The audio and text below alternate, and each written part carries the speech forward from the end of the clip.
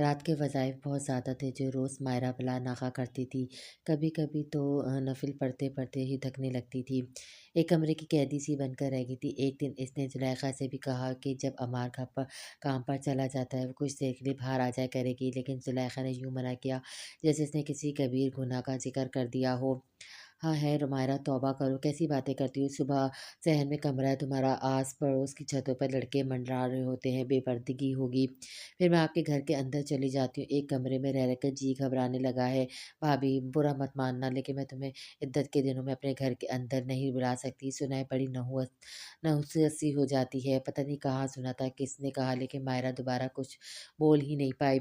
ناشتے کے بعد ہی زلیخا اسے سبزی پکڑا کر جاتی، تم فارغ بیٹھی بیٹھی تھک گئی ہوگی، ایسا کرو یہ سبزی کاٹ دو، میرے تو اتنے کام بڑھ گئے کہ پوچھو ہی مت۔ زلیخا نے ہاتھ سے اپنے کندھے دباتے ہوئے کہا، لائیے بھابھی میں کاٹ دیتی ہوں۔ ساری سبزی وہ مائرہ سے ہی کرواتی تھی، بس کھانا خود بناتی تھی، اسی طرح اپنے کپڑوں کا ڈھیر بھی اسے دے جاتی۔ تم تو پورا پورا دن فارغ ہی ہوتی، ایسا کرو یہ سب کپڑے ہاتھ سے دھو دو۔ ہائے میرے کام تو کام کر کر کے ہاتھوں میں ہی درد سا ہونے لگا ہے۔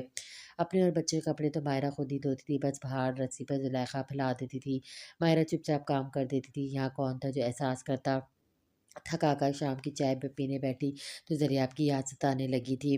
دریاب نے پچھلے 5 سالوں میں مائرہ کے خوب نخرے اٹھائے تھے، کئی بار وہ جھوٹ موٹ سی ہی بیماری کا بہانہ کر کے بیڈ پہ لیٹتی رہتی اور چائے بنا کر اسے پیش کرتا تھا وہ۔ ملکہ عالیہ، اب اٹھنے کی زحمت کر لیجیے، خادم چائے لے کر آپ کی خدمت میں حاضر ہے۔ دریاب کی آواز منہ تک کمبل تانے وہ اندر پھیلے تو خوب مسکرائی، پھر دھیرے سے کمبل اٹھایا، بڑی ادا سے اپنا ہاتھ اس کی طرف بڑھایا تھا۔ دریاب جان گیا تھا کہ بیگم صاحبہ کو کوئی بیماری نہیں، بس نخرے اٹھوانے کا موڈ ہے، اس لیے کہ سائڈ ٹیبل پر چائے کا کپ رکھا، اس کا ہاتھ تھم کر اسے اٹھایا۔ اف، سر میں بہت درد ہے۔ دریاب چائے کا کپ دریاب کے ہاتھ سے پکڑتے ہوئے بولی۔ دریاب اس کے سامنے بیٹھ گیا، بندہ تابیدار ہے، آپ بس حکم کریں تو ڈاکٹروں کی لائن لگا دوں۔ اپنے سینے پر ہاتھ رکھا تھوڑا سا سر خم کرتے ہوئے دریاب نے کہا۔ مائرہ کی بے ساختہ ہنسی چھوٹ دی۔ آپ بھی نہ؟ مائرہ نے چائے کا کپ لبوں پہ لگاتے ہوئے کہا۔ ہائے واہ کہ حسرت، کاش کبھی ہمارے بھی کوئی ایسے نخرے اٹھاتا۔ ٹھنڈی آب بڑھتے ہوئے دریاب نے مائرہ کو دیکھا تھا، مائرہ نے اتراتے ہوئے ابرو چڑھائے تھے، ہمیں قبول ہے روز کا سر درد بھی، بس تیرے ہاتھ کی چائے میسر ہو۔ شعر کے جواب میں دریاب نے بھی ایک شعر سنایا تھا، وقت قلیل ہے باتیں طویل ہے، شکوے ہزار پر جانے دیجیے چائے پیجیے جناب۔ یکدم سے جیسے ہوش میں آئی تھی، اس وقت تو شاید ایک شعر ہی دریاب نے سنایا تھا، لیکن مائرہ کو کیا خبر تھی اس کے بعد وقت واقعی قلیل تھا۔ ہاتھ میں پکڑے کپ میں گرتے آنسو سے ٹپ ٹپ کی آواز سے ماضی سے حال میں آئی تھی۔ چائے سے دل اجاڑ ہوا تھا کہ کپ اس نے سائڈ پر رکھ دیا۔ ایک رات زلیخا اپنی بچیوں کے پرانے سے کپڑے لے کر اس کمرے میں بیٹھ گئی تھی۔ تمہارے دیور نے لگتا ہے جیسے جان ہی چھڑائی ہے، بس آ جاتا ہے ہفتے میں ایک بار، دندناتا ہوا بچوں کو گھمانے پھرانے، سمجھتا ہے ہو گیا فرض پورا۔ زلیخا کی باتوں خون کے آنسو ہی رو سکتی تھی۔ دریاب نے اولاد کی طرح پالا تھا، نوفل کو کبھی ماں باپ کی کمی نہیں ہونے دی، اور وہ کیسا بے مروت نکلا تھا۔ یہ کپڑے تم رکھ لو، انم اور آرزو کے ہیں، عائزہ و منزہ کو پہنا دینا، نئے ہی ہیں، بس 4-5 بار ہی میری بچیوں نے پہنے ہوں گے۔ رات کو عمار بچوں کے پورے سال بعد چند جوڑے لائے تھے، بچیاں بھی خوش ہو گئیں کہ باپ کو کپڑے لا کر دیے ہیں۔ مجھے تمہارے بچوں کا خیال آ گیا، پھر یتیموں کے سر پر ہاتھ رکھنے سے بندے کے گناہ معاف ہو جاتے ہیں، میں نے سوچا بیچاریاں وہی چند جوڑے ہی بار بار پہنتی ہیں، چلو یہ انہیں دے دوں، بس اب تم مروت میں نہ پڑ جانا کہ انکار کر دوں گی، رکھ لو۔ جس انداز سے اس نے کہا وہ چپ سی ہو گئی تھی۔ کپڑے نوفل اور عائزہ منزہ کے لیے لایا تھا، لیکن رقص زلیخا نے لیے تھے۔ دریاب نے کیسے پھولوں کی طرح بچیوں کو رکھا تھا، بابا کی جان، بابا کی شہزادی، بابا کی رانی، بس یہی لفظ اس کی زبان پر اپنی بچیوں کے لیے ہوتے تھے، اور اب یہ نوبت آ چکی تھی کہ نہ چاہتے ہوئے اسے سسک کر رو پڑی۔ زلیخا نے ٹھنڈی آب بھری، مائرہ نے ہاتھ سے وہ کپڑے پیچھے کر دیے۔ رہنے دے بھابھی، میری بچیوں نے کبھی کسی کا جو نہیں پہنا، میرے اپنے اکاؤنٹ میں پیسے موجود ہیں، بس عدت ختم ہو تو بچوں کو دلا دوں گی۔ یہ سن کر زلیخا کے منہ میں پانی بھر آیا تھا۔ تمہارے اکاؤنٹ میں کیا مطلب؟ امی کے انتقال کے بعد دریاب نے امی کا گھر کرائے پہ چڑھا دیا تھا، اسی کرائے میں میرا اکاؤنٹ میں ہی آتا تھا، مجھے گھر سجانے کا شوق تھا، اس لیے میں پیسے گھر کی سجاوٹ پر خرچ کرتی تھی، لیکن اب تو بہت عرصے سے استعمال نہیں کیے، چند لاکھ تو ضرور موجود ہوں گے۔ زلیخا کی آنکھیں پھٹی تھی، تو یہ تو اسے بات اب پتہ چلا تھا کہ اس کی ماں کا گھر بھی مائرہ کی ملکیت میں ہے۔ بس 1 ماہ 10 دن رہ گئے ہیں، یہ بھی گزر جائیں گے، ہاں اللہ خیر کرے۔ مائرہ دیکھو میری بات سنو۔ زلیخا نے بڑا बड़ा चापलूसाना अंदाज अपनाया था। देख, ये तेरा देवर है, बड़ा चालाक और होशियार है, भाई की हर चीज़ पर कब्जा किए बैठा है। तुझे तो मक्खन में बाल की तरह से अलग किया है। मैं तो कहती हूँ कि इद्दत पूरी होते ही केस कर दो अपने देवर पर। अम्मार है ना, पतों की हक तलाफ़ी नहीं, यतीमों की हक तलाफ़ी नहीं करने देंगे। जुलेखा ने एक और दाँव चलाया था, नहीं मुझे इससे कुछ नहीं चाहिए, ये रख ले सब कुछ। मायरा का दिल तो जल कर रह गया था। अरे ऐसे ही रख लें, क्यों रख लें मायरा, मैं तुम्हें ऐसा हरगिज़ नहीं करने दूँगी। देखो तो कैसा तुम्हारा देवर को लोहे के चने चबाए हों। खैर तुम ये बताओ, ताईजान के घर के कागज़ तो तुम्हारे पास है ना? ज़ुलेखा को अब घर की तड़प जाग उठी थी। भाभी वो तो मेरी अलमारी के लॉकर में है। मेरा सारा ज़ेवर भी वहीं है। चेक बुक से एटीएम, कुछ कैश, सब कुछ वहीं है। मायरा की बातें सुनकर ज़ुलेखा का बस नहीं चलता कि कैसे सब कुछ अपने हाथों में ले ले। तुम्हारी तो अकल की दाद देनी पड़ेगी मायरा। क्या ख़बर तुम्हारा देवर सब बेच कर ही खा जाए। पहली फुर्सत में सब अपने हाथों में करो। इद्दत पूरी होते ही ले आऊँगी। मायरा ने बात ख़त्म की थी। यही बात जब अम्मार को मालूम तो इसकी बेसब्री का आलम था कि अब अगले रोज़ ही ज़ुलेखा को लेकर नौफ़िल के घर पहुँच गया। नौफ़िल ऑमलेट के साथ रोटी खा रहा था जब मेन गेट पर किसी ने हाथ ही रख दिया था। वो निवाला वहीं छोड़ छाड़ कर गुस्से से सहन तक आया था। घर आने में ही कौन-सा अंदाज़ था, इसने गुस्से से दरवाज़ा खोला तो सामने अम्मार और ज़ुलेखा गुस्से से भरे खड़े थे। पीछे हटो, हमें अंदर जाना है, अम्मार ने तख्त लहजे से कहा। नौफ़िल पीछे हट गया। 3 माह से वो लोग बड़े अच्छे अंदाज से इससे मिल रहे थे। एकदम से यूँ दनदनाते हुए इनका अंदर आना भी समझ नहीं आ रहा था। ज़ुलेखा सीधी मायरा के कमरे में गई थी। बात सुने, आप कहाँ घुसी जा रही हैं कमरे में, बाहर आइए। नौफ़िल ने ज़ुलेखा को सीधा मायरा के कमरे जाता देखा तो तेज़ चलता हुआ इसके पास आकर बोला। अम्मार भी वहीं आ गया था और नौफ़िल पर हावी होने की कोशिश करने लगा। चुप रहो तुम अकेले हकदार नहीं हो हर चीज़ के। मायरा और उसके बच्चे भी हैं। अम्मार के बेमहल पर वो मुतीर हुआ था तो मैंने कब इनकार किया है। भाभी बेशक से हकदार है, लेकिन आप लोग नहीं, इसलिए कमरे से बाहर निकलिए। ज़ुलेखा मायरा के कमरे में दाखिल हो चुकी थी। हम भी इसी के कहने पर यहाँ आए हैं, इसका कुछ सामान लेना है। ये कहकर ज़ुलेखा मायरा की अलमारी की तरफ बढ़ी थी, लेकिन किसी भी अलमारी की चाबी मौजूद नहीं थी। अलमारी के दरवाजे पे लॉक थे। चाबी दो अलमारी की। अम्मा ने नौफ़िल से हक जमाते हुए कहा। ना दूँ तो? नौफ़िल ने अकड़े लहजे में कहा। देखो, हम तुम्हें मायरा का हिस्सा हटाने नहीं देंगे। वैसे भी अब हमारी ज़िम्मेदारी है, हम ही इसके अपने, वो अब हमेशा हमारे साथ रहेगी। अम्मा ने जैसे अपना फ़ैसला सुनाया। क्यों रहेगी वो आपके साथ? बस 15 दिन की बात है, भाभी की इद्दत ख़त्म होती मैं इन्हें वापस ले आऊँगा। वो नहीं आएगी, इसलिए चाबी दो हमें। ज़ुलेखा ने खड़े तेवर दिखाए थे। फ़िलहाल तो आप जाएँ यहाँ से, जो बात होगी वो इद्दत की बात होगी। भाभी की हर चीज़ यहाँ महफ़ूज़ है। इनकी अमानत है, वो खुद आकर जो चाहे ले जाए, लेकिन मैं आप लोगों को कुछ नहीं दूँगा। हम मायरा की मर्ज़ी से आए हैं इसकी वालिदा के घर के कागज़ात लेने। कुछ नहीं मिलेगा आपको, इससे निकले मेरे घर से, वरना पुलिस को कॉल कर दूँगा। आप लोग ज़बरदस्ती मेरे घर में घुस आए हैं। नौफ़िल की धमकी पर वो घबराहट से गए थे। नौफ़िल इनके होंठ चेहरे देखकर समझ गया था कि ज़रूर कुछ गड़बड़ है। अच्छे तो वो दोनों अड्डे पहले कभी नहीं अच्छे तो वो दोनों पहले भी नहीं कभी लगे थे, लेकिन जब से वो इन्हें पैसे देने लगा था, अमार की खुशी छुपाई नहीं छुपती थी। जैसे पैसे मायरा के बजाय इसकी जेब में जाते हैं। कुछ शक तो इसे था, लेकिन जिस तरह से वो लोग घर आ घुसे थे, अब तो यकीन हो चला था कि वाक़ई कुछ गलत हो रहा है। देखो, हमें पुलिस की धमकी देकर डराओ मत। अमार के चेहरे की हवाएँ उड़ी थी। अगर मायरा की रज़ामंदी होती तो वो लोग यूँ खौफ़ज़दा ना होते। ओके, ये कहकर नूफ़ी ने जेब से मोबाइल निकाला और कॉल करने लगा। दोनों मियाँ-बीवी के रंग उड़े थे। ठीक है, हम जा रहे हैं, अब तुमसे इद्दत के बाद ही अदालत में मुलाकात करेंगे। दोनों ही घबराए हुए थे। नूफ़िल समझ गया था कि ये सब वो खुद से कर रहे हैं, इसलिए बड़े मुतमईन अंदाज़ से बोला, डन। नूफ़िल ने इन्हें अंगूठा दिखाकर कहा, जाओ शाबाश, अदालत जाओ, एफ़आईआर कटवाओ, केस करो मुझ पर, जो चाहे करो, लेकिन इस वक़्त मेरे घर से बाहर निकलो, आउट। नूफ़िल ने चुटकी बजाकर इन्हें बाहर का रास्ता दिखाया। निहायत ही बदतमीज़ शख़्स है ये। ज़ुलेख़ा ने गुस्से से दाँत चबाकर कहा, हाँ हूँ मैं बदतमीज़। अगर 5 मिनट में बाहर ना निकले तो फिर देखना क्या करता हूँ मैं। धक्के देकर ना निकालूँ तुम लोगों को। वो दोनों को इसको घूरते हुए घर से निकले थे। घर जाकर ज़ुलेख़ा ने 1 की 10 मायरा को बताई थी। लेकिन भाभी, आप लोग गए क्यों थे वहाँ? मायरा हर बात से अनजान थी। ज़ुलेख़ा ने मुतज़्ज़िब होते हुए कहा, लो ये क्या अजीब बात की है तुमने? वो तुम्हारा देवर तुम्हारी वालिदा के घर पर कब्ज़ा करने के चक्कर में है। फिर हम पर भी दोष जमा रहा था कि तुम्हें इद्दत ख़त्म होते ही वापस ले जाएगा। अरे किस रिश्ते से ले जाएगा? ज़ुलेख़ा ने موضوع بدला था। वो मेरी चीज़ों पे हक नहीं रखता, इसलिए मैं जब चाहूँ इससे ले सकती हूँ। अगर इसने इनकार किया तो केस भी कर दूँगी, लेकिन आप लोगों को मुझसे पूछे बिना नहीं जाना चाहिए था। माहिरा के जवाब पे ज़ुलेखा ने मुतफ़ाना अंदाज़ अपनाया था। ठीक है भैया, हमारा क्या है, भले का तो ज़माना ही नहीं रहा, हमने नेकी की थी तुम्हारे साथ, लेकिन कुएँ में जाकर ही नहीं जाते भई तुम्हारे घर। ज़ुलेखा ने अबरू चढ़ाते तुम्हारे घर पर ज़ोर देकर कहा, तुम्हारा तजस्सुस का शिकार हुई। मेरा ये मतलब हरगिज़ नहीं था भाभी, मुझे अफ़सोस है कि नौफ़िल ने जो किया गलत किया। मेरा मोबाइल भी घर रह गया था, वरना मैं खुद बात कर लेती इससे, लेकिन इद्दत में भी हूँ तो आप ही कहती हो कि गैर महरम से बात नहीं करनी। माहिरा को नौफ़िल पे भी गुस्सा था और अफ़सोस भी। हाँ, मैं कौन-सा झूठ कह रही हूँ, दीन की बात है, अल्लाह रसूल का फ़रमान है। अब आप दिल बुरा ना करें, माहिरा ही ख़ौफ़ में मुब्तला हुई थी। अब तक तो वही लोग इसे सँभाल रहे थे। नौफ़िल की शुरू की हरकतें याद आने लगीं। बस भाई का डर था, अब तो खुली छुट्टी मिल गई है इसे, मेरा क्या रह गया है वहाँ, कुछ भी तो नहीं। बस इद्दत ख़त्म होती अम्मी के घर चली जाऊँगी। नौकरी कर लूँगी, ज़िंदगी तो बहरहाल गुज़ारनी है। माहिरा ने रंजीदगी से सोचा, ज़िंदगी की आसूदगी तो जैसे ख्वाब सी हो गई थी। नौफ़िल अपनी जगह परेशान था, इनके असल चेहरे नज़र आ गए थे, दोनों मियाँ-बीवी लालची थे। माहिरा से बात करना चाहता था, लेकिन ज़ुलेखा के मुताबिक इद्दत में माहिरा किसी से बात नहीं कर सकती। बच्चियाँ भी छोटी थीं, ना बात समझ सकती थीं, ना बता सकती थीं। कई बार इसने आयशा से पूछने की कोशिश की थी, लेकिन वो सहम-सी जाती थी, नफ़ी में सर हिलाने लगती थी, जैसे किसी ने इसे डराया-धमकाया हो।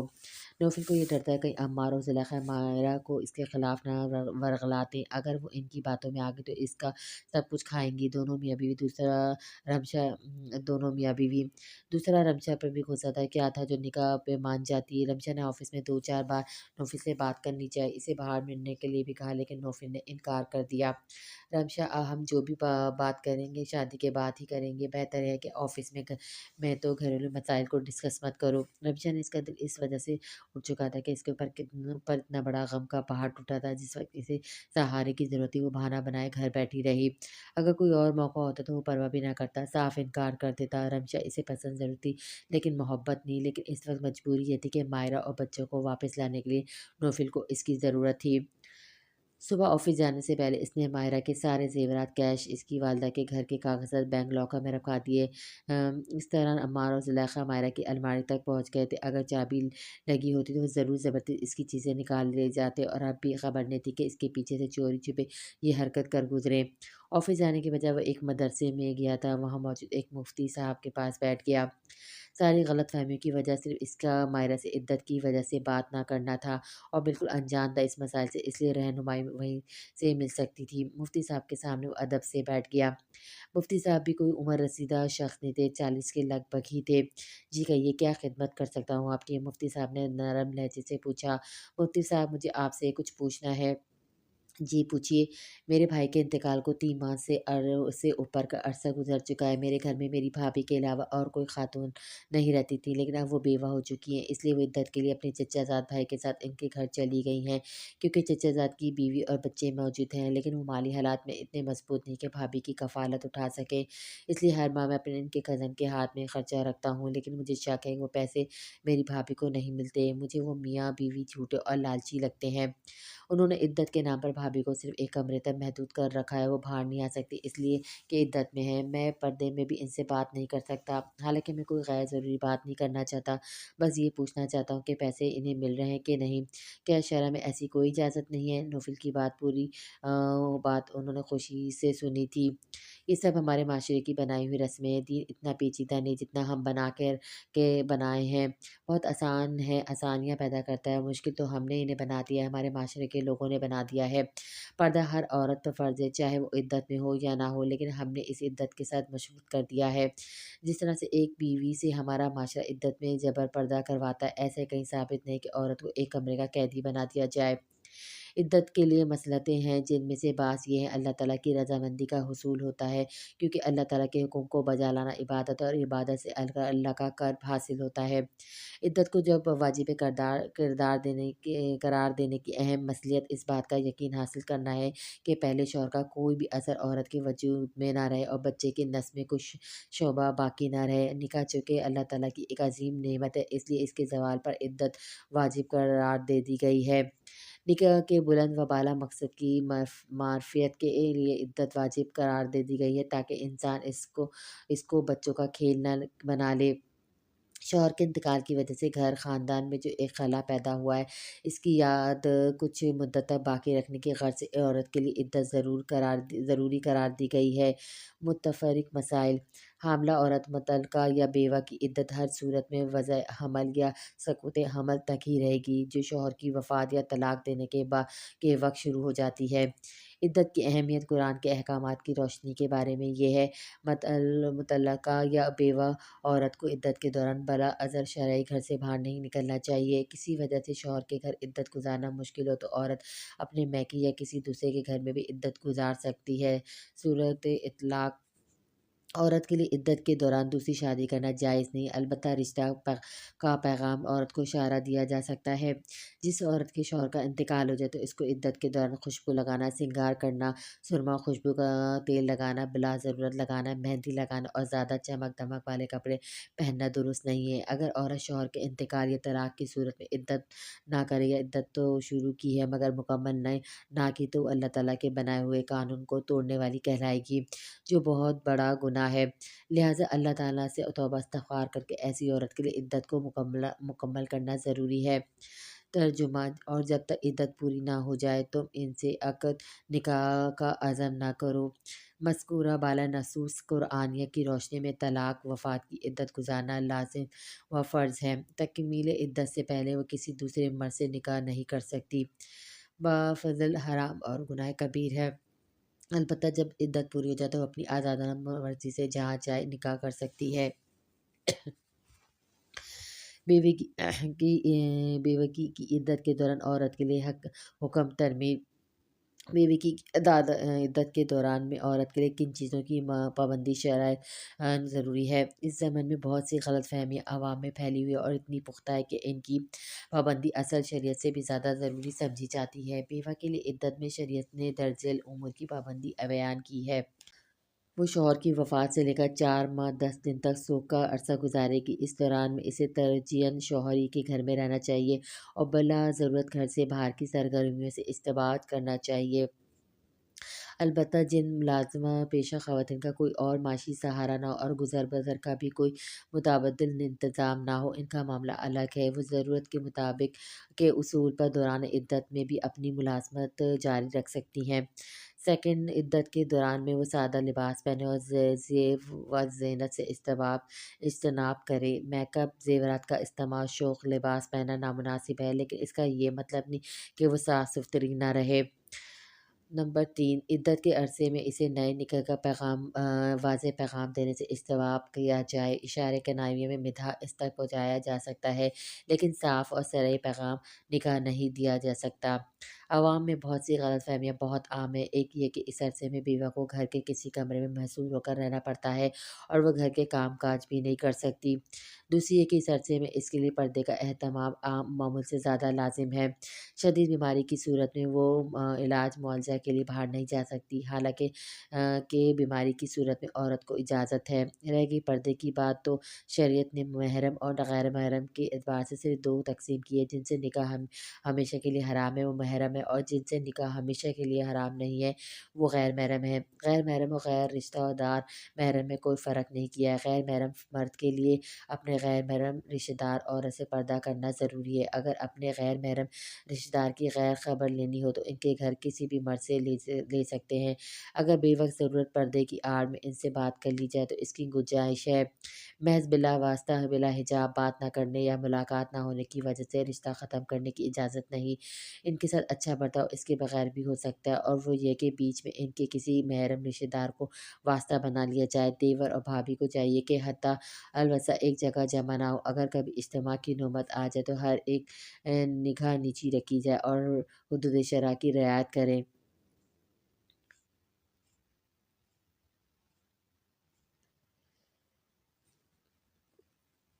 اور ایمان والوں سے کہہ دو کہ اپنی نگاہ نیچی رکھیں اور اپنی عصمت کی حفاظت کریں اور اپنی زینت کو ظاہر نہ کریں، مگر جو جگہ اس میں سے کھلی رہتی ہے، اور وہ اپنے دوپٹے اپنے سینوں پر ڈالے رکھیں اور اپنی زینت ظاہر نہ کریں، مگر اپنے خاوندوں پر یا اپنے باپ یا خاوند کے باپ یا اپنے بیٹوں یا خاوند کے بیٹوں یا اپنے بھائیوں یا بھتیجوں یا بھانجوں پر یا اپنی عورتوں پر یا اپنے غلاموں پر یا ان خدمت گاروں پر جنہیں عورت کی حاجت نہیں، یا ان لڑکوں پر جو عورتوں کی پردے کی چیزوں سے واقف نہیں اور اپنے پاؤں زمین پر زور سے نہ مارے کہ ان کا مخفی زیور معلوم ہو جائے۔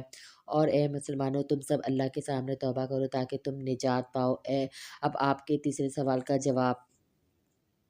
وفات کی عدت کے بعد محروم شوہر نے اگر ترکہ میں مکان چھوڑا ہو تو بیوہ اس میں حصے کی حقدار ہے اور گھر میں اپنے حصے کے بغیر رہائش کا حق رکھتی ہے۔ ایسی صورت میں اپنا حصہ تقسیم کر کے وصول کرنے تک شوہر کے مکان میں رہ سکتی ہے۔ بیوہ کو شوہر کے گھر سے جبری طور پر بے دخل کرنا جائز نہیں ہوگا، تاہم غیر محرم دیور وغیرہ سے پردے کا اہتمام کرے۔ اگر شوہر نے مکان نہیں چھوڑا تو وہ بیوہ شوہر کے مال میں سے اپنے حصے وراثت کی حقدار ہے۔ اگر بیوہ کے پاس اپنا یا شوہر سے وراثت کا اتنا مال ہو کہ وہ اپنی رہائش کا بندوبست کرے تو اس پر خود اپنی رہائش کا انتظام ضروری ہے، اور اس کے پاس وسائل نہیں تو قریبی رشتہ داروں پر اس کی رہائش کا بندوبست واجب ہے۔ اگر آپ بیوی، بھابھی اور بھتیجیوں کی کفالت کا ذمہ اٹھاتے ہیں تو آپ کی اس نیکی کی زیادہ حقدار آپ کے بھائی کی بیٹیاں ہیں۔ ایک بار حضرت سعد بن الربیع رضی اللہ تعالیٰ عنہ کی بیوہ حضرت نبی صلی اللہ علیہ وسلم پر حاضر ہو کر عرض کیا کہ یہ دونوں بیٹیاں سعد بن ربیع کی ہیں اور جو غزوہ احد میں شہید ہو گئے ہیں۔ آپ ان کے چچا ان کا حق نہیں دینا چاہتے، جس پر آیت میراث نازل ہوئی۔ آپ صلی اللہ علیہ وسلم نے ان بچوں کے چچا کو بلا کر فرمایا کہ سعد کی دونوں بیٹیوں کو 2.5 حصہ دو اور ان کی بیوہ کو 8واں حصہ، اور اس کے بعد جو بچہ وہ تمہارا ہے۔ آپ کی بھابھی بھتیجیوں کا آپ پر جو حق ہے وہ آپ خود اس لوبی سے ادا کریں۔ اگر اس کے علاوہ بھی کچھ بھلائی کرنا چاہیں تو یقیناً اجر و ثواب کا باعث ہے۔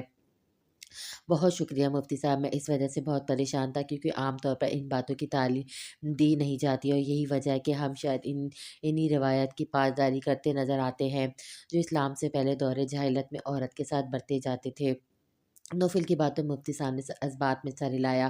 جی ہاں، ابتدا اسلام میں بیوہ کی عدت 1 سال کی تھی اور 1 سال کامل وہ شوہر کے یہاں رہ کر نان و نفقہ پانے کی مستحق ہوتی تھی کہ عرب کے لوگ اپنے مورث کی بیوہ کا نکلنا یا غیر سے نکاح کرنا بالکل گوارا نہیں کرتے تھے اور اس کو سمجھتے تھے۔ اس لیے اگر ایک دم 4 ماہ 10 روز کی عدت مقرر کی جاتی تھی تو یہ ان پر بہت شوق ہوتی ہے، لہٰذا بتدریج انہیں راہ پر لایا گیا۔ یہ آیت کریمہ تلاوت کے اعتبار سے اگرچہ مقدم ہے مگر نزول کے اعتبار سے مؤخر ہے۔ پھر 1 سال کی عدت تو اس آیت سے منسوخ ہوئی۔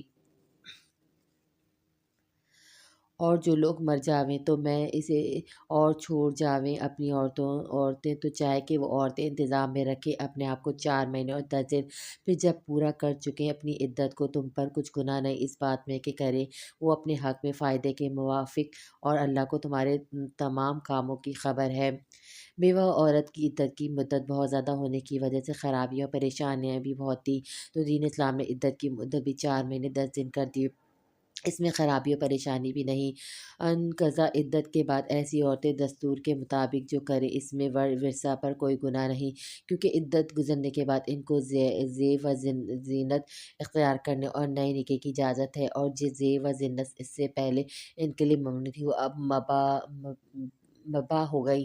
ہاں، اگر عدت کی تکمیل سے پہلے اس طرح کی کوئی بات کرتی تو ان کے سرپرستوں اور دوسرے مسلمانوں کو ان کے روکنے کا حق ہے، یہاں تک کہ ان کو اس سلسلے میں حکومت وقت سے مدد لینے کی ضرورت پڑتی تو بھی لے لیتے، لیکن عدت کو پورا کرنے کے لیے ان پر ایسی کوئی روک اور پابندی روا نہیں، بلکہ وہ اپنے معاملے میں آزاد و خود مختار ہیں۔ اور اس آیت سے معلوم ہوا کہ بیوہ کی عقد ثانی کو برا سمجھنا چاہیے، نہ اس میں رکاوٹ ڈالنی چاہیے، جیسا کہ ہندو کے اثرات سے ہمارے معاشرے میں یہ چیز پائی جاتی ہے۔ جاہل لوگ انہیں اپنے ظلم کا تخت مشق بنائے ہوئے تھے، خاص کر بیوہ عورت پر۔ ایک ظلم یہ بھی ہوتا تھا کہ شوہر کے مر جانے کے بعد اس کے گھر کے لوگ اس کے مال کی طرح اس کی عورت کے بھی زبردستی وارث بن بیٹھتے ہیں، اگر وہ چاہتے تو دوسرے کے کسی کے نکاح میں دے دیتے ہیں، اگر چاہتے تو نکاح ہی نہ کرنے دیتے۔ میکے والوں سے زیادہ اس عورت کے حقدار سسرال والے ہی گنے جاتے ہیں۔ وہ لوگ اس عورت کو مجبور کرتے کہ وہ مہر کے حق سے دستبرد ہو جائے یا یوں ہی بغیر نکاح کے بیٹھی رہے اور ساری عمر یوں ہی رہنے پر مجبور ہو جاتی، یا خاوند کے مرتے ہی کوئی بھی آ کر اس پہ اپنا کپڑا ڈال دیتا اور وہی اس کا مختار سمجھا جاتا۔ اسلام نے ظلم کے ان تمام طریقوں سے منع فرمایا اور جاہلیت کی اس رسم کے خلاف یہ آیت نازل ہوئی۔ اے ایمان والو، حلال نے تم کو میراث میں لے لو، عورتوں کو زور سے زبردستی اور نہ ان کو بند کرو، دباؤ ڈالو کہ لے لو ان سے کچھ اپنا دیا، مگر کہ وہ کریں بے حیائی، سری اور گزران برتاؤ کرو عورتوں کے ساتھ معقول۔ پھر اگر وہ تمہیں کو نہ بھائی نہ پسند ہو تو شاید تم کو نہ بھائی نہ پسند ہو، ایک چیز اور اللہ اس میں رکھے بہت خوبی۔ ہندوستان میں ہندو مت کے ماننے والے لوگوں کے ہاں ستی جیسی بھیانک رسم رہی ہے کہ خاوند کے وفات کے بعد اس بیوہ عورت سے زیادہ زندہ رہنے کا حق ہی چھین لیا جاتا ہے۔ رسم ستی کے بارے میں ابو ریحان البرونی کتاب الہند میں تحریر کرتے ہیں، عورت کا شوہر جب مر جاتا تو اسے بیاہ کرنے کا حق نہیں ہے، اس کو دو حال میں سے ایک اختیار کرنا ہوگا، یا زندگی بھر بیوہ رہے یا جل کر خاک ہو جائے، اور دونوں صورتوں میں سے ستی اس کے لیے زیادہ بہتر ہے، اس لیے کہ وہ مدت العمر عذاب میں رہے، العمر عذاب میں رہے گی۔ ہندوؤں کا دستور یہ ہے کہ وہ راجاؤں کی بیوہ کو جلا دیتے ہیں، خواہ وہ جلنا چاہے یا ان سے انکار کرے۔ راجا کی بیویوں میں صرف بوڑھی عورتیں اور صاحب اولاد جن کے بیٹے ماں کو بچائے رکھنے کی اور حفاظت کی ذمہ داری کریں چھوڑ دی جاتی ہیں۔ جو عورتیں ستی ہو جاتی ہیں تو ہندو مذہب کے مطابق اس کا رتبہ اور مقام ایک مقدس دیوی جیسا ہوتا ہے، جو کہ وفاداری کی وجہ سے اپنے شوہر پر قربان ہوتی ہے۔ زندہ رہنے کی صورت میں جو اس کی حالت ہوتی ہے وہ موت سے بھی بدتر ہوتی ہے، جو کہ در حقیقت ستی ہی ایک قسم ہے کہ وہ بیوہ عورت بس ایک زندہ لاش بن کر رہتی ہے اور تاحیات رنگین کپڑوں اور بناؤ سنگھار سے محروم کر دی جاتی ہے۔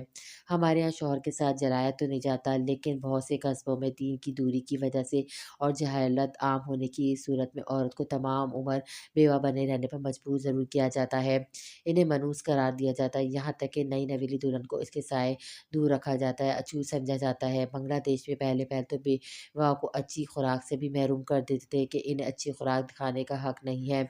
مفتی صاحب نے گہری سانس لی۔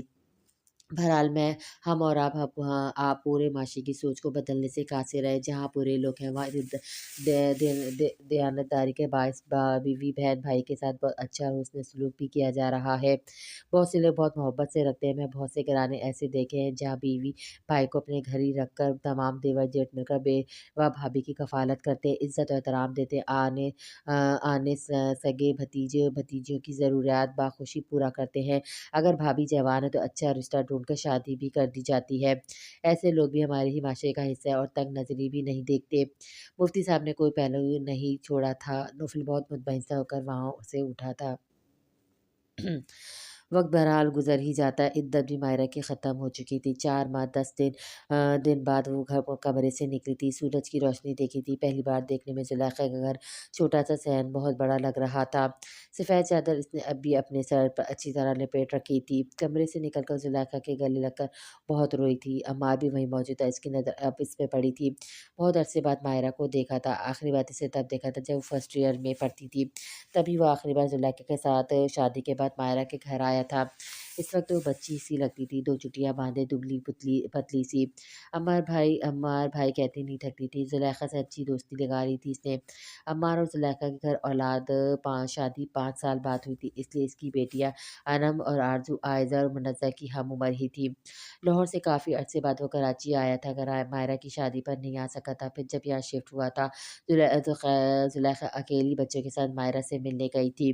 عمار اپنے آفس کے کام میں مصروف تھا، اس لیے جا نہیں سکا۔ اس کے علاوہ اس کے کچھ ماہ بعد ہی ذریعہ کا انتقال ہو گیا۔ اس وقت بھی وہ اپنے کام کے سلسلے میں لاہور میں تھا جب زلیخا نے اسے خبر سنائی تھی۔ دکھ تو اس وقت اسے بہت ہوا تھا، ٹیکسی میں بھی جب وہ بیٹھی تو خاصے لمبے گھونگھٹ میں تھی، بس اس کی سسکیاں ہی سنی تھی۔ بس عمار نے چند جملے لفظی افسوس کے ہی ماہرہ سے کہے تھے، پھر تو ایسا کہ کمرے میں بیٹھی تھی اب باہر نکلی تھی۔ ماہرہ کا سفید لباس، سفید چادر میں لپٹا وجود جو اب وہ دیکھ رہا تھا جو بہت ہی الگ ہی تھا، چہرے پہ بے شک بے رونق سا تھا، آنکھوں کے گرد ہلکے بھی تھے لیکن رنگت سفید تھی، ان 5 سالوں میں پہلے سے کہیں زیادہ خوبصورت ہو گئی تھی۔ اس نے ایک نظر ہی عمار کی طرف دیکھا تو وہ رو رہی تھی۔ زلیخا نے عمار کو پکار کر ہوش کی دنیا میں واپس بلایا تھا۔ بہن کے سر پر ہاتھ رکھو عمار، حوصلہ دو اسے۔ ہاں وہ بھوکلا سا گیا تھا، بس اس کے سر پر ہاتھ رکھ کر ہٹا لیا۔ اللہ तुम्हें सब्र दे, ये कहकर अंदर कमरे में चला गया। जुलेखा को इसकी अजिलत समझ नहीं आई थी। ये अम्मार भी ना, इन्हें दुनियादारी निभानी नहीं आती।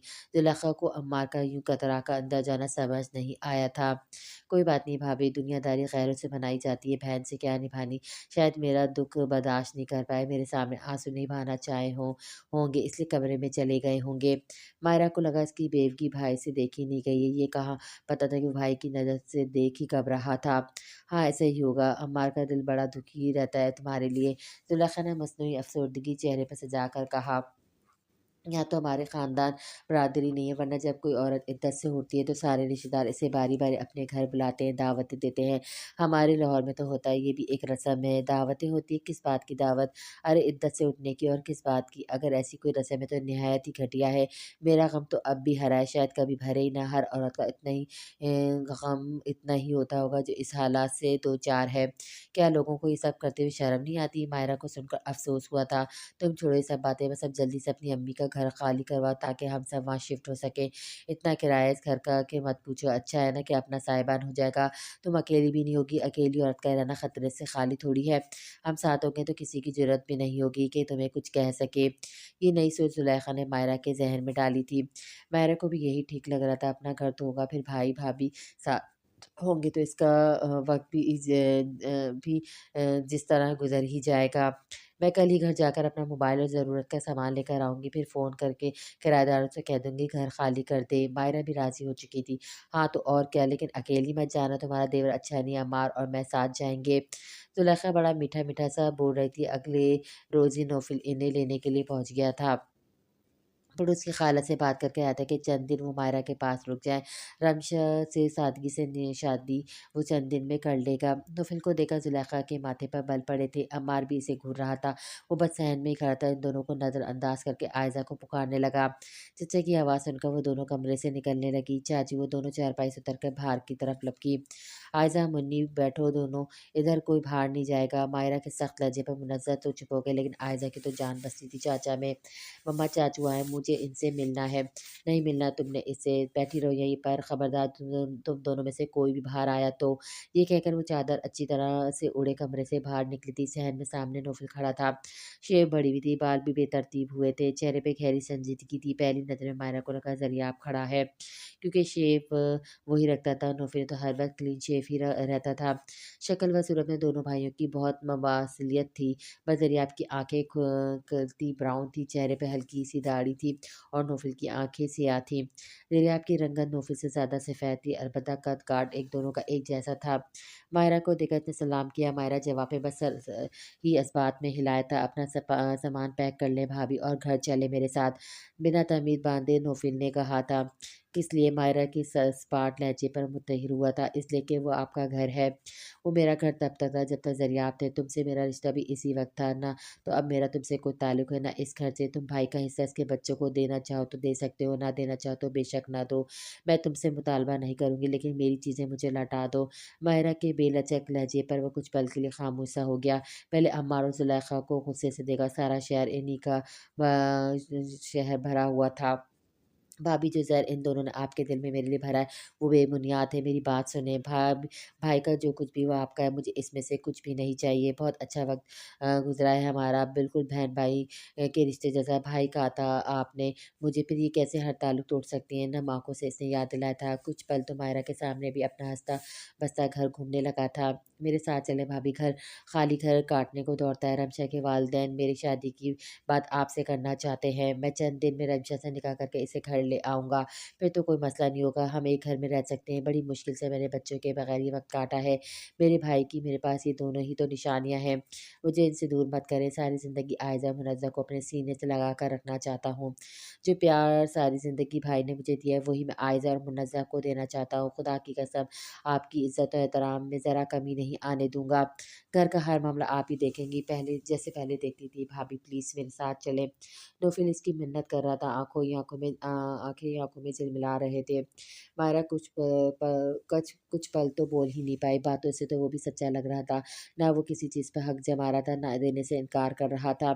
बड़े गुन्ने में इसने हो तुम, मायरा की जायदाद देखकर कैसी चापलूसी पर आए हो। जुलेखा को जब ये लगा कि मायरा का दिल कुछ पिघलने लगा तो फ़ौरन से बोली, फिर मायरा के पास आ गई। इसकी बातों में मत आओ मायरा, ये तुम्हारी माँ का घर भी तुमसे हथियाना चाहता है। जुलेखा ने फिर से आँख सुलगानी चाही। भाभी इनकी बातों को तवज्जो मत दें, लालच की पट्टी इन दोनों की आँखों में बंधी है। कभी ये लोग इस दिन आपकी अलमारी तक पहुँचे तो मैं बड़े विश्वास से कह सकता हूँ इनकी इस किस्म की कारकर्दगी से आप बिल्कुल अनजान होंगी। नौफिल की बात भी अपनी जगह दुरुस्त थी। देखो कैसे देखो कैसे मुँह पर झूठ बोल रहा है। मैंने तुम्हें आकर सब कुछ बता दिया था ना मायरा, क्या झूठ बोला था कि तुम्हें ले जाकर अपनी बीवी का गुलाम बना देगा। देख लेना तुम। जुलेखा अपनी पूरी कोशिश कर रही थी। बस एक मायरा चुप थी, समझ नहीं आ पा रही थी कि किसकी बात का एतबार करे। शीज़ा की शादी को चंद दिन ही गुजरे थे कि एक सुबह नाश्ते पर इसने ये ऐलान कर दिया कि बहू आज से किचन संभालेगी। शादीशुदा नंद की रिहाइश करीब ही थी, इसलिए रोज़ ही मैके पहुंच जाती थी। हर काम में शब्बो की मदाखलत थी। यहाँ तक कि घर में अगर घड़ी भी लगनी है तो शब्बो बेगम की मर्जी से लगनी है। नाम तो इस शबाना का था, लेकिन कहते सब शब्बो थे। छोटी दोनों बहनें नकचड़ी और मुंहफट थी, एक नंबर की कामचोर। छोटे तीनों देवर कॉलेज और यूनिवर्सिटी के तालिब इल्म थे। घर का सारा खर्चा इरफान ही चला रहा था। नाश्ता करते ही छोटी दोनों नंदे बिनिश और दरिश अपने कमरे में जा घुसी थी। बड़ी नंद शिजा को लेकर किचन में आ गई। किचन की हालत ऐसी थी कि एक कप चाय बनाने को जी ना चाहे। पूरी शिल्फें धोने वाले बर्तनों से भरी पड़ी थी। स्टोव पर चाय गरम करके जम चुकी थी। शिजा को तो देखते चक्कर सा आ गया था, इतना गंदा किचन का हाल था। साथ खड़ी शबो ने किस जगह क्या रखा है बताना शुरू किया।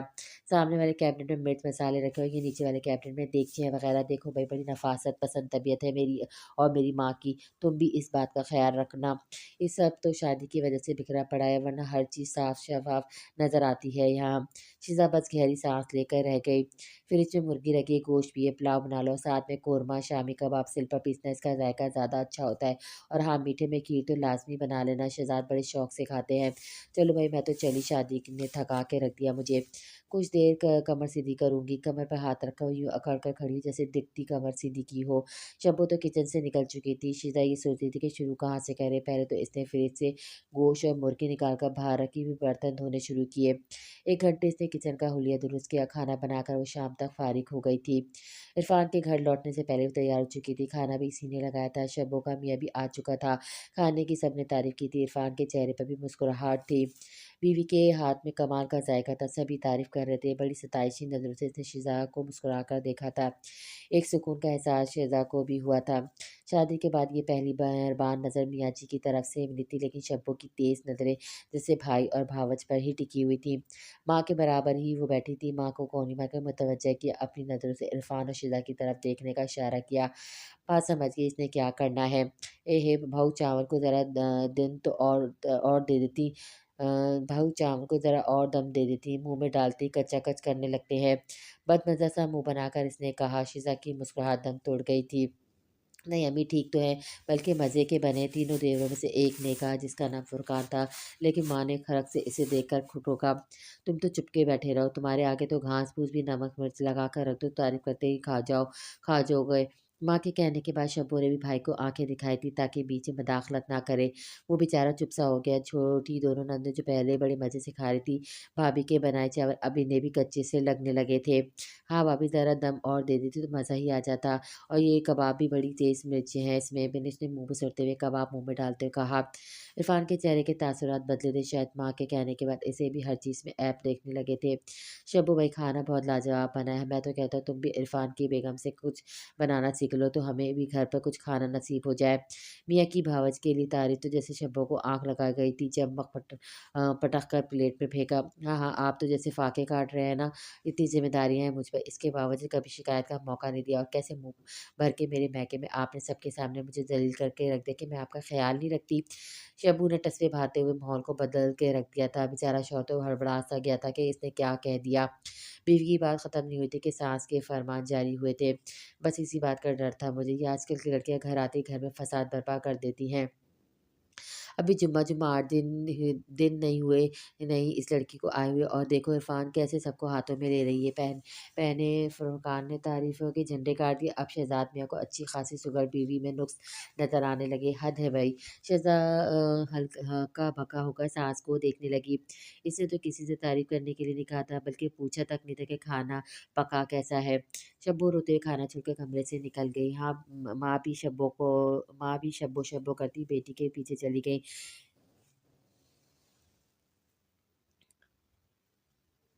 माँ भी शब्बों को करती-करती बेटी के पीछे चली गई। शहज़ाद तो बात करके पछताया था। फुरकान अपनी जगह शर्मिंदा था कि भाभी की तारीफ़ ही क्यों कर दी। चुपचाप खाता रहता।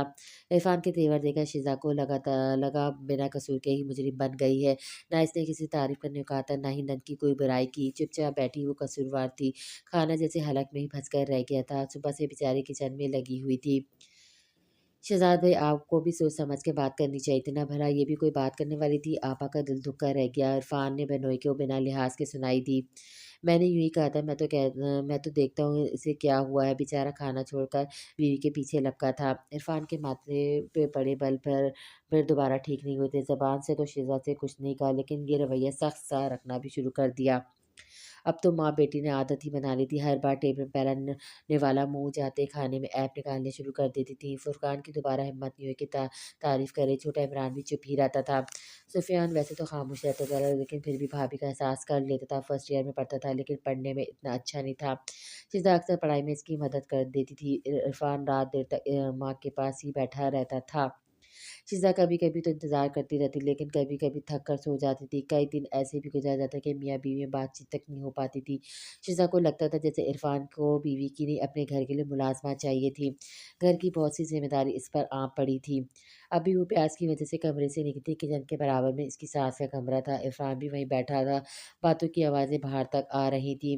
मेरी बात कान खोल के सुन लो इरफ़ान, अपनी बीवी से कोई तरह कम सवरा करे। जवान देवर और नंदों वाला घर है। खुद से तो इसे ख़्याल ही नहीं है इस बात का। जी अम्मा, कह दूँगा, इरफ़ान ने जवाब दिया। और हाँ, एक बात और कहनी थी तुझसे। जी कहिए। देख अभी बच्चों के चक्कर में मत पाल लेना। देख अभी बच्चों के चक्कर में मत पाल लेना। ख़ैर से 3 भाई और 2 बहनों की शादी तुम्हीं ने करनी है, और ये आजकल की लड़कियाँ बच्चे होते ही मियाँ को बच्चों में लगा देती हैं। अरे मेरी तो सारी उम्मीदें तुझसे हैं। अम्मा, ये सब तो मेरे इख्तियार में नहीं है। मैं नज़र चुराकर मुतज़िब सा हुआ था। भला माँ की इस किस्म की बात का क्या जवाब दे सकता था? क्यों जवाब नहीं दे सकता? तेरे तेवर तो मुझे बदलते हुए अभी से नज़र आ रहे हैं। अच्छा अम्मा, जैसा आप कह रही हैं वही कर लूँगा। इरफ़ान का जवाब सुनकर वो वापस कमरे में आ गया आ गई। ऐसा इसने अपने घराने में कहीं देखा नहीं था, ना कभी सुना था। क्या बच्चे भी सास की मर्ज़ी से दुनिया में आए हैं? इरफ़ान सिर्फ़ फर्माबरदार बेटा और भाई ही साबित हुआ था। इससे पहले कि मारिया आफरीन के सर पर दूरबीन मार देती, कमरे का दरवाज़ा खुला था। सामने मज़हर दोनों को देखकर हौंक-सा हुआ था। फिर मारिया के हाथ में पकड़ी दूरबीन से उठा हुआ हाथ देकर भाग कर आफरीन के सामने खड़ा हुआ था। आफरीन, तुम बाहर जाओ। मारिया का दूरबीन वाला हाथ पकड़कर उसने आफरीन को बुलंद लहजे में कहा। वो अब भी माहौल को समझ नहीं पा रही थी। मारिया चिल्लाकर बोली, एक जुनून सा इस पर सवार होने लगा था। ये तुम्हारी दूसरी बीवी क्यों नहीं गई अभी तक? मदर, इसे अभी तलाक दो। इसे मेरे सामने धक्के देकर बाहर निकालो। अब वो चिल्लाकर बोलने लगी थी। आफरीन की तरफ लपकते हुए बोली, लेकिन मज़हर ने मारिया को अपने सार में लिया था। बड़ी दुबली सी थी, लेकिन इस वक्त जुनून में मज़हर से भी नहीं संभाली जा रही थी। हालांकि मज़हर का शुमार भरपूर सेहतमंद मर्दों में होता था। आफरीन, बाहर जाओ। इस बार मज़हर चिल्लाकर बोला था। मारिया मुकम्मल तौर पर इसके हसार में थी, लेकिन अपना आप छुड़वा रही थी। आफरीन कमरे से निकल गए। एक हंगामा सा मच गया था। वो मारिया से दोस्ती करने गई थी। ये नहीं मालूम था कि इस कदर सख्त और रद्द-ए-अमल का इज़हार किया जाएगा। 2 घंटे बाद मज़हर कमरे में बड़े गुस्से से दाखिल हुआ था। कमरे का दरवाज़ा अभी पूरी कुव्वत से बंद किया था। आफरीन उछल कर रह गई थी। पहले ही इस हंगामे से घबराई हुई थी, और वो सीधा इसके सामने आकर खड़ा हो गया था। इस वक्त शदीद गुस्से में था मज़हर। मैं तो बस, आफरीन ने अपनी सफाई में अल्लब ही वाह किए थे कि वो झाड़ते हुए बोला। ओह शट अप! फिर इसका बाजू ज़ोर से पकड़कर इसके झंझोड़ कर बोला, क्यों गई थी मारिया के कमरे में? किसकी इजाज़त से गई थी? आफ़रीन का तो खून ही खुश हो गया हुआ था। इतने गुस्से में इसने पहले मज़हर को नहीं देखा था। लहू रंग आँखें लिए वो किसी शेर की तरह इस पे धारा था। आफ़रीन के गले में घिरे पड़ी थी। पूरा वजूद काँप कर रह गया था। मैं लदरते होठों पे बस यही बोल पाई थी। चेहरे का रंग फ़क था, आँखों में आँसू आँखों में झिलमिला रहे थे। आज के बाद अगर तुमने मारिया के कमरे का रुख भी किया तो मुझसे बुरा तुम्हारे लिए कोई नहीं होगा। गुस्से से एक-एक लफ्ज़ चबाकर वो बोल ही रहा था, दबी-दबी सिसकियाँ लेते थे, इस बात में सर हिलाया था। इसका बाजू छोड़कर वो कमरे से बाहर निकल गया। आफ़रीन का रुका हुआ साँस भाग हुआ था। कुछ पल के लिए लगा कि बस इसका शायद पूरा वक़्त शुरू हो चुका है। बेड पे बैठकर वो फूट-फूट कर रोने लगी थी। तकरीबन 1 घंटे बाद एक मुलाज़िमा खाने की ट्रॉली लेकर अंदर दाख़िल हुई थी। दरवाज़ा खुलने से आफ़रीन को लगा कि मज़र है, बुरी तरह से वो चौंकी थी। लेकिन मुलाज़िमा को देखकर सँभल सी गई। वो ट्रॉली ले रख कर ख़ामोशी से वापस चली गई। कुछ देर बाद ही मज़र अंदर दाख़िल हुआ था। इस बार गुस्से में नहीं था। आफ़रीन ने इसे देखकर नज़रें झुका लीं।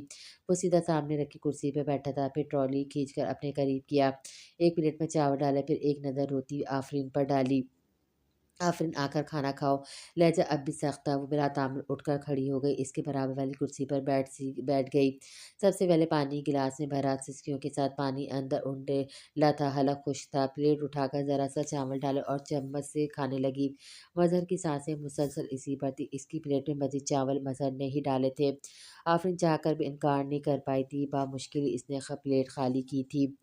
कुछ देर में मुलाज़िमा खाने की ट्रॉली वापस ले गई। आप चाहें तो मारिया के पास जा सकते हैं। आफ़रीन को मज़हर की घूरती नज़रों से खौफ़-सा महसूस हो रहा था। चाहती थी कि वो बाहर चला जाए। माज़ी में भी एक खौफ़ ज़िंदगी गुज़ारती आई थी। कभी भाई के गुस्से का खौफ़, तो कभी भाभी की नाराज़गी का। मज़हर ने शादी के बाद जितनी मोहब्बत दी थी, खुद ब खुद वो बाएतमाद होने लगी थी। लेकिन आज जिस तरह से वो पेश आया था, आफ़रीन को लगा कि वो वापस से अपना एतमाद खो बैठी हो। तुम्हारे कहने पर नहीं जाऊँगा, बीवी है वो मेरी, जब मेरा जी चाहेगा तब जाऊँगा। अब वो अभी सख्त से लहज़े से बात कर रहा था, अब से तुम पर आ चुका था, नरम लहज़ा गायब हो चुका था। वो उठकर कमरे से बाहर जाने लगी, वो गुस्से में था, बेहतर था कि वो ही बाहर निकल जाए। कहाँ जा रही हो तुम? वो खड़ा होकर बोला, मैं नीचे अम्मी के पास। इस वक़्त वो सो जाती हैं, इसके करीब आ चुका था। मुझे घबराहट सी हो रही है, मैं बाहर लॉन में जा रही हूँ। आफ़रीन बहाने तराश रही थी, इस वक़्त तन्हाई चाहती थी।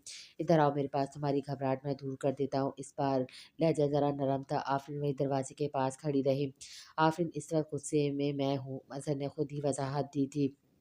जी, मुझे मालूम है, आई एम सॉरी मदर, मैं सिर्फ़ मारिया से दोस्ती करना चाहती थी, ये जानते हुए कि वो अपने होश-हवास खोने में 1 सेकंड नहीं लगाती। अगर मैं वक़्त पर ना पहुँचा तो इस वक़्त तुम अच्छी खासी ज़ख्मी हो चुकी होती। जब वो अपने जुनून में होती है तो सामने वाले को बचने का मौका नहीं देती। मैं एक मर्द हूँ, होकर बड़ी मुश्किल से सँभाल पाता हूँ, तुम्हें तो शायद वो वैसे ही जान से मार डालती। मज़हर की बातों को खामोशी से गर्दन झुकाए सुन रही थी। आइंदा नहीं जाऊँगी, वो फ़ौरन से मान गई थी, लेकिन मेरा गुस्सा अब भी बाकी है। मज़हर की नज़रों में अब भी शोख़ी थी, हाथ बाँधकर इसी को देख रहा था। तो सज़ा देंगे मुझे, एक अचपटी-सी नज़र मज़हर पर डालकर बोली। मज़हर ने आने वाली हँसी रोकी थी, खुद ही अपने लिए सज़ा माँग रही थी। हाँ, इरादा तो यही है, क्योंकि मेरी बीवी को शौहर का गुस्सा भी ख़त्म करना नहीं आता। पता नहीं कौन-सी बीवियाँ होती हैं जो पल भर में शौहर के गले लगकर अपनाहियत का एहसास दिलाती हैं। एक मेरी बीवी बस आँसू बहाना जानती है। इसके रुखसार से बहते आँसू साफ़ करते हुए कह रहा था। आँखों में गुस्से की जगह अपनाहियत नहीं ले रही थी। आफ़रीन 2 कदम पीछे हट गई। अजीब शौहरो हो हूँ मैं भी, अपने राज़ी होने का तरीका भी बीवी को बता चुका हूँ, लेकिन नो रिस्पॉन्स। बड़ी खुमार नज़रों से वो इसे देखते हुए फ़रमाइश कर रहा था। कोई और मौका होता तो शायद वो इसकी ख़्वाहिश पूरी कर भी देती, लेकिन इस वक़्त तो ये सब करना इसके मिज़ाज के बरख़िलाफ़ सी बात थी। कुछ देर पहले मज़हर से अच्छी डाँट खाई थी, जी भरकर रोई धोई थी। इसी का असर दिल से अभी तक गया नहीं था। आफ़रीन, मेरा ऐसा कोई मूड नहीं है, वो साफ़ कही से बोली। मतलब साफ़ इनकार कर रही हो मुझे अपने मजाज़ी खुदा को। इसके कंधे पर अपने दोनों बाजू रखकर इसने आफ़रीन के नाराज़ चेहरे को देखा था। आपने मुझे बहुत सख्ती से डाँटा था, आफ़रीन ने रोते हुए शिकवा किया था। गुस्से में हर इंसान सख्ती से डाँटता है, भला प्यार से भी किसी को डाँटते हुए देखा है तुमने? अब वो शरारत से पूछ रहा था। बात आराम से भी हो सकती थी, मैं आपकी बात से तब भी इख़्तिलाफ़ नहीं करती, मान ही लेती। जानता हूँ बहुत बर्दाश्त है तुम्हें, मेरी हर बात तुम बिना किसी एतराज़ के मान जाती, लेकिन मैं भी इस वक़्त बहुत गुस्से में था और मेरा गुस्सा भी जायज़ था। इसे अपने साथ लगाए हुए नरमी से कहने लगा, हमारे को अपनी होश नहीं है, कभी बिल्कुल ठीक बातें करती तो कभी दीवानापन इस पे सवार हो जाता है, इसके भी इख्तियार से बाहर है ये सब। अगर इसकी वजह से तुम्हें कुछ हो जाता फिर? इसके कमरे में तुम्हें देखकर और मारिया के हाथ में दूरबीन देख के मेरी जान ही निकल गई थी। वो सेकंड भी न नहीं लगाती, दूरबीन से तुम्हें पूरी तरह से ज़ख्मी कर देती। मज़हर की बात भी ठीक थी, मैं दोबारा इनके कमरे में नहीं जाऊँगी। इट्स माय हम्बल रिक्वेस्ट, दोबारा मारिया के कमरे का रुख मत करना। आफ़रीन ने दोबारा मारिया के कमरे से जाने से तौबा की थी। चंद दिनों में ही दोनों दोबारा से एक-दूसरे के साथ वैसे ही ठीक हो चुके थे जैसे पहले रहते थे।